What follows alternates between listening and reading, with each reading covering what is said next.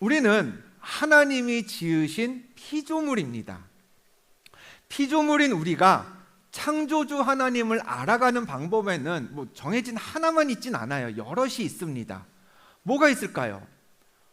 우리가 예배에 앞서서 찬양을 불렀습니다. 예배 시작하면서 찬양을 부르면서 하나님의 성품을 우리가 입술로 고백하면서 아 맞다, 하나님 이런 분이셨지라는 걸 깨닫기도 합니다. 또 성령의 어느 순간 우리가 기도하는 중이 아니면 일상을 살면서 성령의 강력한 임재를 통해서 누가 가르쳐 준 건 아니에요. 그런데 우리가 느끼고 깨달아지는 거죠. 하나님이 이런 분이셨구나 라는 걸 성령께서 주시는 지식으로 깨닫기도 합니다. 또 하나님의 성품을 닮은 누군가, 하나님의 형상을 닮은 누군가를 보면서 와, 나를 사랑하시는 하나님이 인간의 모습을 하고 계시다면 저런 분이시겠구나. 그치? 저런 말, 저런 행동이 하나님의 사람다운 행동이지 라면서 우리가 하나님에 대해 더 알아가게도 되는 거죠. 그러나 여러분, 피조물인 우리가 하나님을 가장 바르게 알 수 있는 경로는 다른 것 아닙니다. 우리가 다 가지고 있는 이 성경 말씀이 가장 정확하고 빠르게 또 바르게 하나님에 대해 우리에게 알려줍니다. 아마도 여러분들이 어렸을 때에는 다 읽었을 거예요. 그런데 어렸을 때 많이 읽다가 커서 어른이 되어서는 잘 안 보게 되는 책의 장르가 하나 있을 겁니다. 위인전. 어떤가요? 어렸을 때는 부모님도 막 읽게 하세요. 시킵니다. 사주시고 빌려다 주시면서 위인전 읽으라고 하세요. 근데 어른이 되어서, 여러분 성인이 되어서 위인전 특별히 읽어보신 적 있으세요? 기업 경영가, 스티브 잡스의 평전 이런 것 좀은 읽어도 우리가 잘 아는 중세 시대에 아니면 한국의 2000년 역사 고조선부터 이어진 역사 속에서 무슨 위인에 대한, 왕들에 대한 책들 여간해서 어른이 되어서는 잘 읽지 않습니다. 제 기억으로 제가 읽었던 최초의 위인전이 어머니가 도서관에서 빌려오신 그 빈센트 반 고흐 위인전이었던 걸로 기억나요. 왜 기억나냐 하면은 그 위인전이라고 유명한 사람이라고 읽기 시작했어요. 근데 맨날 가난하고 쫓겨나고 그러다가 나중에는 귀를 자르고 그래요. 그래가지고 이거 뭐지? 그러면서 되게 충격적으로 받아들였던, 그래서 그 사람의 위인전을 읽었던 게 아직 기억이 있습니다. 근데 어른이 되어서는 잘 안 보죠. 여러분, 성경은요 어떻게 보면 하나님에 대한 위인전입니다. 근데 우리가 위인전이라 하기에는 되게 길어요. 많이 깁니다. 물론 우리가 이 긴 위인전을 끝까지 읽어야만 하나님에 대해서 알 수 있는 건 아니에요. 다 읽지 않아도 필요한 사실은 알 수 있습니다. 한번 물어볼까요? 여러분, 하나님이 어떤 분이세요? 하나님은 천지를 창조하신 창조주이십니다. 이걸 제가 지금 말씀드려서 처음 아시는 분 안 계시죠? 하나님은 창조주세요. 그리고 우리를 사랑하셔서 예수 그리스도를 세상에 보내셨습니다. 누구든지 그 예수 그리스도를 믿으면 하나님은 우리를 자녀로 삼아주신다고 약속하셨어요. 이게 성경이 알려주는, 이 위인전이 우리에게 알려주는 하나님에 대한 핵심 정보입니다. 하나님에 대한 아주 중요한 뼈대가 되는 거죠. 근데 한번 생각해 볼게요. 누군가 여러분에게 남자를 소개시켜 준대요. 여자를 여자시켜 준대요. 소개팅 한번 하라고. 그럼 만나기 전에 아무것도 안 묻고 만날 사람은 없어요. 몇 가지는 그래도 물어야죠. 여러분이 소개팅이 들어왔다. 그러면 그 소개받을 사람에 대해서 몇 가지 물으시겠어요? 소개해 준 사람이 그러면 나한테 딱 3개만 물어봐. 이런다고 칩시다. 그럼 3개. 뭘 꼽겠어요? 나이, 예뻐요, 멋있나, 잘생겼나, 그쵸? 묻죠? 핵심 정보입니다. 직업 뭐 하는지, 학생이면 전공이 뭔지 묻겠죠. 어디 사는지, 저 부산 사는 사람 소개시켜주면 안 되잖아요. 어디 사는지 또 물을 수 있습니다. 또 성격, 이런 정보들, 핵심 정보들에 대한 답을 들어보니 나랑 괜찮을 것 같아요. 나의 내가 생각한 나의 짝꿍에 대한 바운더리에서 크게 벗어나지 않는 사람 같습니다. 그럼 여러분, 그날로 전화해가지고 예식장 잡으실 거예요? 아니죠. 핵심 정보를 통해서 만날 만한 사람이라고 여겨지면, 그렇게 판단이 서면 그때부터 이제 데이트를 준비하고 1년, 2년 교제하면서 그 사람이 내 사람이라는 확신이 설 때까지 만남을 이어가는 겁니다. 핵심 정보만 가지고는 그 사람을 판단할 수 없어요. 판단해서도 안 됩니다. 더군다나 그 정보만 가지고 그 사람을 사랑하게 된다? 말도 안 되는 얘기입니다. 결혼을 결정해서 할 수도 없는 거예요. 또 제가 조금 전에 말씀드린 요 사실은 하나님에 대한 뼈대라고 말씀드렸죠. 여러분 또 한번 생각해 봅시다. 소개팅이 들어왔어요. 우리가 물어보잖아요. 예뻐? 멋있어? 잘생겼어? 물어보죠. 그랬더니 그 사람이 사진을 보여준대요. 근데 사진을 보여주는데 이런 사진을 보여줘요. 무슨 사진이에요? 뼈 사진이에요. 엑스레이라고 칩시다. 여러분, 우리가 누군가를 궁금해한다는 건 그 사람의 뼈대를 궁금해하는 게 아닙니다. 살이 궁금한 거예요. 겉모습. 누군가를 우리가 보고 싶다는 생각이 든다. 그 사람의 뇌가 보고 싶은 거 아니죠. 얼굴, 머리카락, 눈, 코, 입이 보고 싶은 겁니다. 여러분 보세요. 하나님은 창조주라고 말씀드렸습니다. 하나님은 은혜를 베푸셔서 예수 그리스도를 세상에 보내셨다고 말씀드렸어요. 그 예수 믿으면 구원받고 천국에 가지만 믿지 않으면 영원한 죽음밖에 없어요. 맞는 말이죠. 가장 중요한 우리 기독교의 핵심 정보고 뼈대입니다. 그런데 많은 성도들이 이것만 알고서, 저 뼈대만 보고서 하나님을 사랑한다고 고백해요. 저 뼈대만 알고서 기독교를 논하고요, 난 기독교인, 하나님의 아들, 자녀야 라고 주장해요. 뼈만 얘기하고 살을 다루지 않아요. 핵심 정보만 알지 세부적인, 그 사람이 잘 때는 어떻게 자는지, 화날 때는 어떻게 사람이 달라지는지, 기분이 좋을 때는 무슨 행동을 하는지, 그 사람에 대한 다른 사람이 모르는, 내가 아는 특별한 그 사람을 만드는 세부적인 정보는 아무것도 모르는 겁니다. 네, 뼈대는 그만 보여주셔도 돼요. 사람은요, 뼈대만 보고 사랑에 빠질 수 없다라고 말씀드렸습니다. 의사 선생님이 저런 엑스레이 사진을 계속 봐요. 그러면 여러분 사랑에 빠질까요? 말도 안 되죠. 그건 그 사람을 좀 아는 거지, 그건 사랑이라고 할 수 없습니다. 만에 하나 뼈대만 보고서는 사랑에 빠진다, 사랑을 고백한다, 여러분 그 사랑은 절대 받아주면 안 됩니다. 무슨 호러입니다. 그때부터. 핵심 정보만 가지고 사랑에 빠질 수도 없다고 했어요. 나이는 몇 살이래, 직업은 뭐래, 사는 것도 너랑 가깝대, 예쁘대, 잘생겼대, 정말 완전 사랑스러운데 나 얼른 만나서 결혼해야지, 있을 수 없는 일이잖아요. 미라클 기둥에 속한 우리는 핵심 정보, 뼈대만 파악하고 끝, 이런 하나님에 대해 그냥 아는 성도가 되질 말아야 합니다. 하나님을 사랑하는 성도가 되어야 하는데, 그러려면요, 하나님을 아는 것에서 그치지 않고 사랑하게 되려면 그분의 뼈만 알아서는 안 됩니다. 뼈만 보아서는 안 됩니다. 하나님의 살을 보아야 하는 거죠. 그 살을 어떻게 볼까요? 요한복음 1장에 이런 말씀이 있어요. 같이 읽어봅니다. 시작. 말씀이 육신이 되어 우리 가운데 거하심에 우리가 그의 영광을 보니 아버지의 독생자의 영광이요 은혜와 진리가 충만하더라 했습니다. 말씀이 곧 육신이 되었다고 했어요. 이 말씀이 하나님의 살이라는 겁니다. 그래서 성경을 외면하고 신앙생활을 하면요, 하나님의 뼈만 보는 앙상한 기독교인이 될 수밖에 없어요. 그분의 살이 건조한지 아니면 촉촉한지, 살이 주는 그 느낌이 어떤지, 보드라운지 거친지, 그걸 경험하려면요, 이 성경을 통해서 하나님을 만나야 합니다.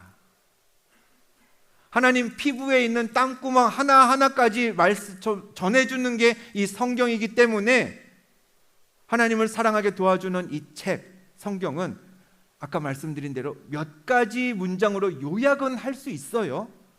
그러나 세부적으로 하나님의 머리털은 어떻고, 눈썹은 어떻고, 쌍꺼풀은 있고 없고, 입술은 어떻고, 몸은 어떻고, 땀구멍은, 채취는, 그걸 우리가 다 느낄 수 있도록 도와주기 때문에 하나님에 대한 위인전 이 말씀이 이렇게 자세하고 세세하게 하나부터 열까지 모든 하나님 나라의 역사를 기록하고 있는 겁니다. 그럼 이 수많은 하나님에 대한 설명 중에 66개의 파트로 나눠져 있는 거죠. 66권으로 되어 있으니까. 이 성경들이 다 하나님에 대해 알려주지만 그 중에서도 정말 하나님에 대해 멋지게 또 간략하게 심플하게 그러나 풍성하게 동시에 그렇게 알려주는 부분이 여러분 오늘 말씀입니다. 왜냐? 하나님의 아들 누구? 독생자 예수님이 직접 하나님에 대해 하나님은 이런 분이야 라고 말씀하신 부분이기 때문이죠. 같은 강의를 들어도 저자직강이 훨씬 더 정확하고 훨씬 더 인기도 많고 그렇잖아요. 하나님의 아들이시자 삼위일체 하나님이 직접 하나님에 대한 설명한 부분이 오늘 말씀의 제목이기도 한 하늘에 계신 우리 아버지여입니다. 오늘 본문에서 예수님은 제자들에게 기도의 방법을 알려주시면서요 가장 먼저 이렇게 가르치셨어요. 마찬가지로 같이 읽어볼까요? 시작. 그러므로 너희는 이렇게 기도하라. 하늘에 계신 우리 아버지여 이름이 거룩히 여김을 받으시오며. 네. 하나님을 가리켜서 하늘에 계신이라고 했습니다. 아버지인데 하늘에 계신 아버지래요. 여러분 우리말은요 우리말은 숫자나 성에 예민하지 않습니다. 제가 여러분을 가리켜서 청년이라고 하나 청년들이라고 하나 크게 의미가 다르지 않아요. 내 집이라고 하나 우리 집이라고 하나 크게 다르지 않죠. 근데 여러분 영어 공부만 할 때도 어때요? 수, 성 반드시 구분해야 됩니다. my house인지 our house인지 I, we 다 구분하고요. 또 물건이 단수인지 복수인지 복수면 뭐 해야 돼요? 뒤에 S 안 붙이면 이제 시험 볼 때 단답형 같은 거 볼 때 틀리고 그런 거 다 있잖아요. 성도 마찬가지죠. 성별 he, she 헷갈리면 안 되죠. 신약 성경에 기록된 헬라어, 그리스어도 마찬가지예요. 숫자, 성별, 시제 이런 거에 굉장히 민감합니다. 근데 영어처럼 단수와 복수를 명확히 구분하는 그리스어, 헬라어 성경은요 오늘 본문에 있는 하늘에 계신 우리 아버지라고 할 때 그 하늘을 복수로 기억하고 있어요. 주기도문의 첫 구절을 그래서 정확히 번역하면 이렇게 되는 거죠. 하늘들에 계신 우리 아버지여가 맞습니다. 몇 가지 영어 단어를 한번 보여드릴게요. 이 단어들의 공통점이 보이세요? 그림을 첨부했는데 딱 봐도 뭔가 공통된 부분이 있죠. 다 어때요? 서로 다른 두 짝이 하나가 되어서 하나로서 기능하는 것들입니다. 안경, 간혹 애니메이션 같은 거 보면 이렇게 한쪽짜리 안경 끼고 등장하는 캐릭터도 있지만 보통 우리는 안경을 두 알을 같이 씁니다. 그래서 glasses가 되는 거예요. 바지도 팬트라고 안 하죠. 팬츠라고 합니다. S를 붙여요. 왜? 다리 두 짝이 같이 있어야 그게 바지이기 때문에. 가위도 마찬가지입니다. 두 날이 왔다 갔다 하도록 하나로 만들어졌기 때문에 scissors가 됩니다. 항상 세 단어들은 다 항상 복수로만 사용되는 단어들이에요. 유대인들에게 하늘이 그래요. 이 사람들은 하늘을 늘 복수로만 써요. 왜냐? 하늘 자체가 그냥 딱 하나의 하늘이 아니라 여러 층으로 되어 있다고 생각했기 때문이었습니다. 하늘이 여러 층이면 하나님은 그럼 밑에 하늘에 계실까요? 위쪽 하늘에 계실까요? 하나님은 하늘 중에서도 가장 위층에 계시다는 게 유대적인 사고였습니다. 그런 사고방식이 우리 성경에도 기록되어 있어요. 고린도 후서의 말씀 읽어드릴게요. 그는 14년 전에 셋째 하늘에 이끌려간 자라 라고 바울이 천국을 보았던 자신의 환상을 설명하면서 어디에 갔다 왔다고 설명해요? 셋째 하늘에 갔다 왔대요. 그러니까 첫 번째 하늘을 지나고 두 번째 하늘을 지나서 정말 세 번째 하늘, 꽤 높은 하늘까지 갔다. 시시한 1층 하늘 말고 정말 낙원 같은 그곳을 보았다라는 걸 강조하는 거예요. 솔로몬도 하나님을 찬양할 때 이렇게 찬양합니다. 열왕기 상의 말씀. 넘겨주시고요. 하나님이 참으로 땅에 거하시리이까 하늘과 하늘들의 하늘이라도 주를 용납하지 못하겠거든 이라며 찬양합니다. 하나님이 너무나 영광스러운 분이셔서 하늘, 그 위의 하늘, 가장 위의 하늘에 계시기에도 감당하기가 어렵다라는 거죠. 즉 오늘 본문의 주기도문 그 첫 구절은요, 하늘들에 계신 우리 아버지라는 표현은 하나님이 우리와 얼마나 다른 분이신지를 구체적으로 드러내는 표현입니다. 하나님은 어디에 계세요? 하늘, 그것도 저 높은 하늘에 계시는 거예요. 우리는요, 그냥 이 땅에, 벗어날 수 없는 이 땅에 있는 존재입니다. 저 하늘을 만질 수도 없고 누릴 수도 없는 땅이라는 곳에 붙어 있어야 하는 게 우리라는 거죠.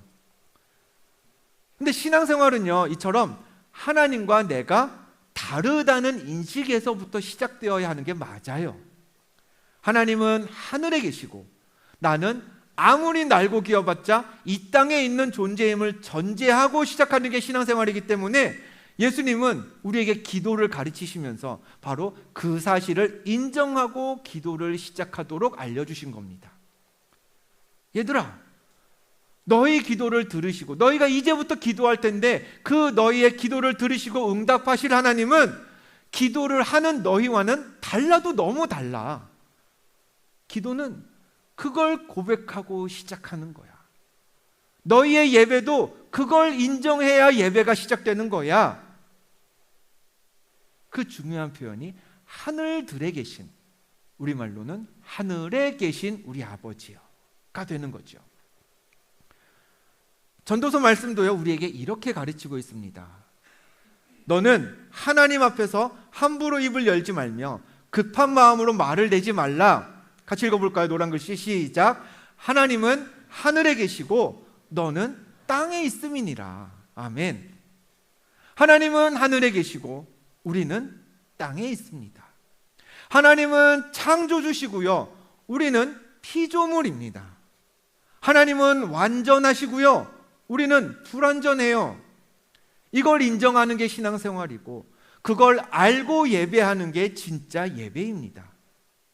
그걸 인정하고 예배해야 하나님의 말씀에 순종할 수가 있는 거죠. 하나님하고 나하고 똑같으면 우리가 무엇하러 하나님을 경배합니까? 우리가 무엇 때문에, 하나님의 지혜와 나의 지혜가 똑같으면 우리가 무엇 때문에 하나님을 의지하겠습니까? 저는 공군으로 군복무를 했습니다. 지금 MG원들은 상상하기도 힘든 29개월 복무를 했습니다. 병장만 11개월 했습니다. 놀랍지 않죠? 한번 살아봐요. 병장 11개월. 시간 되게 안 가요. 공군에서 가장 높은 분이 직책이 어떤 직책일까요? 누구겠어요, 우리 남자분들? 참모총장. 별 몇 개? 4개.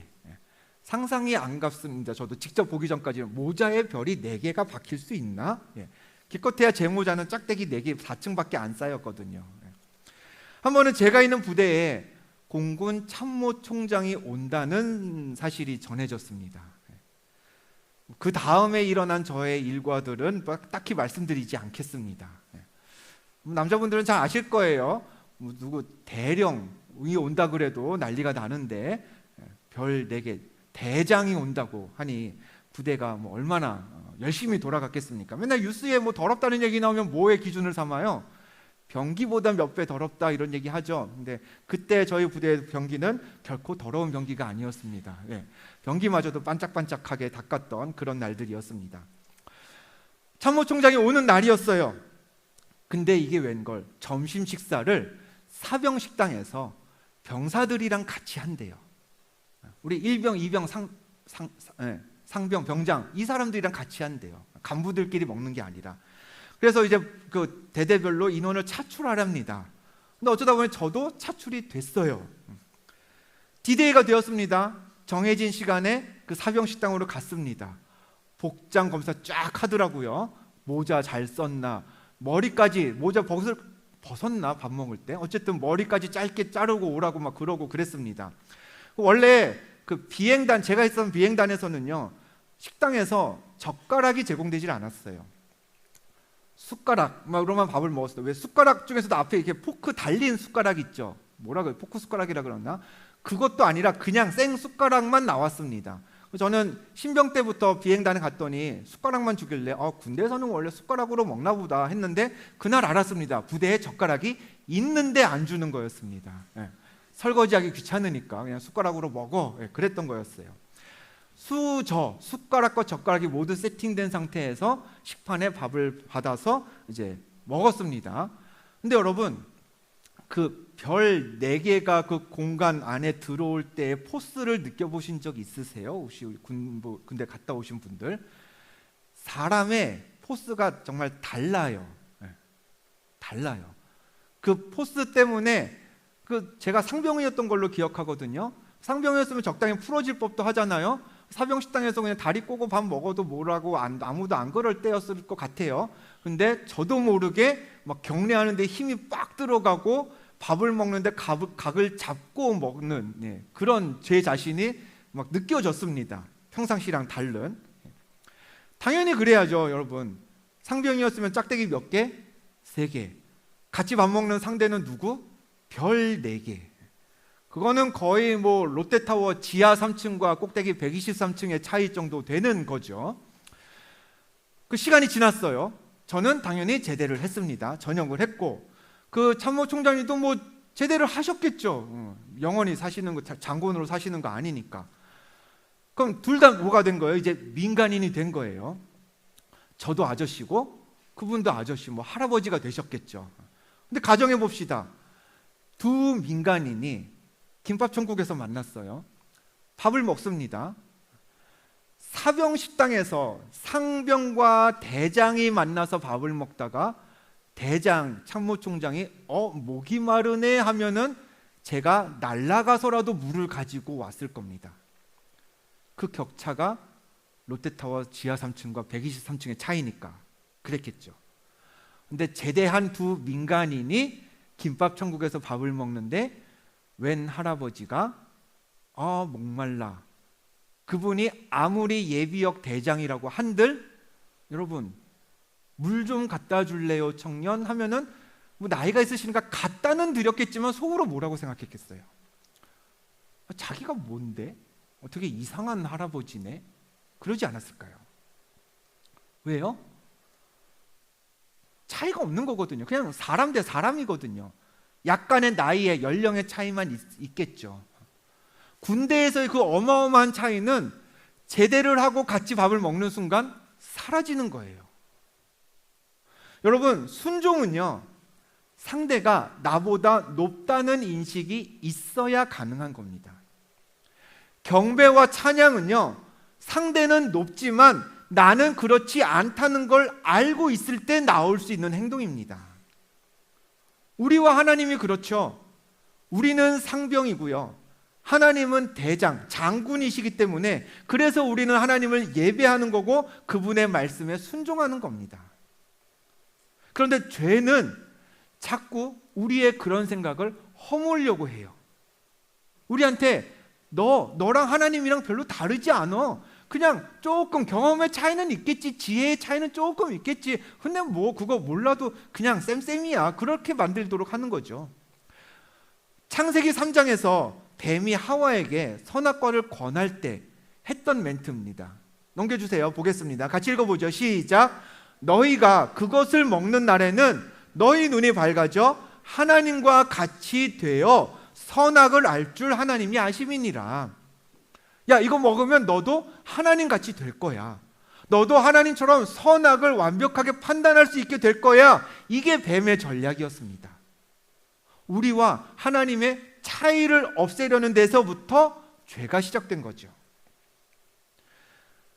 때문에 그 죄에 무너지지 않으려면 예배하는 저와 여러분은 언제든지 어디서든지 분명하게 고백할 수 있어야 합니다. 어떻게요? 하나님은 어디 계세요? 하늘에 계신 하나님이시군요. 하늘에 계신 하나님, 당신은 나의 창조주이시군요. 당신은 완전하지만 이 땅에 살고 있는 나는 불완전합니다. 나는 피조물입니다. 결핍이 많습니다. 하나님, 그래서 내가 지금 이렇게 하나님을 예배합니다. 하나님께 기도합니다. 하나님 말씀에 순종하겠습니다. 오늘 우리는 한 해의 교회 행정, 살림살이 이걸 정리하기 위해서 당회로 또 구역회로 모일 겁니다. 이어서 팀장 모임도 가질 거고요. 내년도 필라 리더들도 모여서 앞으로의 시간들을 준비할 거예요. 우리 집사님들, 회장단, 또 필라장, 우리 팀장님들 이렇게 앞에서 이끌어 주신 분들은 물론이고요. 여러분 한 분 한 분이 예배와 섬김에 다 힘써 주셔서 작년보다 우리는 많이 모여서 예배했고요. 작년보다 우리는 많은 사역을 해왔습니다. 그리고 앞으로 내년에 더 많은 사역을 하려고 계획하고 있습니다. 그러나 우리가 성장했다고 해서, 우리가 부흥했다고 해서 하나님과 우리의 위치를 헷갈려서는 안 됩니다. 바벨탑을 쌓았던 그 옛날의 사람들처럼 우리가 곧 하나님께 닿을 거라고 착각하지 말아야 하는 거죠. 하나님은 여전히 하늘에 계신 하나님이시고 우리는 여전히 땅에 머물면서 하나님을 예배해야 마땅한 피조물입니다. 하나님같이 되려는 죄를 범하지 말고 항상 하늘에 계신 아버지 하나님, 하늘들의 하늘도 감당하기 어려운 그 하나님, 나의 예배를 받으시옵소서. 나의 기도를 듣고 응답하여 주옵소서. 그렇게 고백하면서 하나님의 통치 안에 거하는 참된 예배자가 되시기를 주님의 이름으로 축복합니다.